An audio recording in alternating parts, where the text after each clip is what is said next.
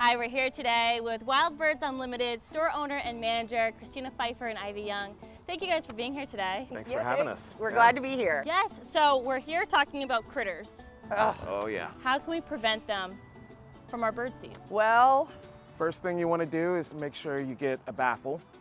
If you have, say, a pole system or some way to hook your bird feeder. With using a baffle, you want to make sure that you have it 5 feet up, and you want to have at least 9 feet clearance around. That way your squirrels don't just jump to your feeders. And for raccoons, this also makes sure that they don't climb up your pole and then just grab your feeders off. So we have a whole weight mechanism. So you can see, like, this can virtually be hung anywhere, and if the squirrel gets on it, it shuts the ports to lock the food out of him. Now there's several on the market. I love ours because this is a little bigger for, like, your cardinals are comfortable because they like to eat facing forward.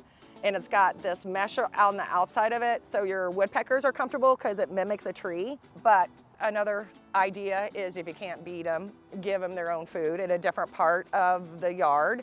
So generally, like dry corn, you can get less expensive seeds because they're not as picky as your birds. peanuts too. Peanuts, like they if you can love find them really peanuts. inexpensive, yeah, those are perfect. So you can do that separate, but again, if you let that go empty, they're going to be back to your bird feeder. So using a baffle or a weight mechanism that Squirrel shuts feeder, on them, yeah. squirrel-proof feeder, is really the best way to go. So in addition to squirrels, what about raccoons? I'm going to tell you, raccoons will steal your feeders. Yes. And drag them back where you never find them again. So what Ivy had mentioned, doing that baffle, that wraparound baffle is pretty universal on size. Even if you don't have a Wild Birds Unlimited pole, you can put that, and the whole idea is the raccoon can't reach around, Exactly. but we say get it as high as you can. But in my 10 years of business, I'm going to tell you that I think there is a circus of raccoons, and we have had people that have brought us pictures where one raccoon got on another raccoon's shoulders to reach over to get to the bird feeder. They're smart. They're smart, yeah. What can people do to keep rodents away? Rodents are a little tougher. Tidiness is anything. If you have any bird seed that has shells, that waste is going to go on the ground and they're going to think it's food. A lot of times rodents are by smell, so it could be just make sure you get your barbecue grill clean.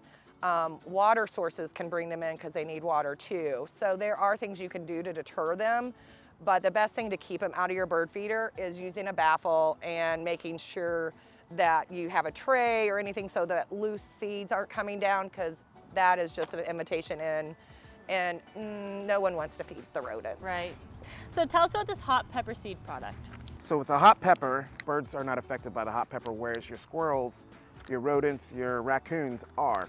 So this acts as a deterrent to keep, say if you don't have the space for a baffle, you could still use a hot pepper food item to keep your And a lot of times birds in fed the and feeder that you everyone already else, have, yeah. right? Mm-hmm. Yeah. Basically any bird feeder can be squirrel proof now. And this is one of our hot pepper no mess blends. It is sunflower chips, peanuts, and tree nuts.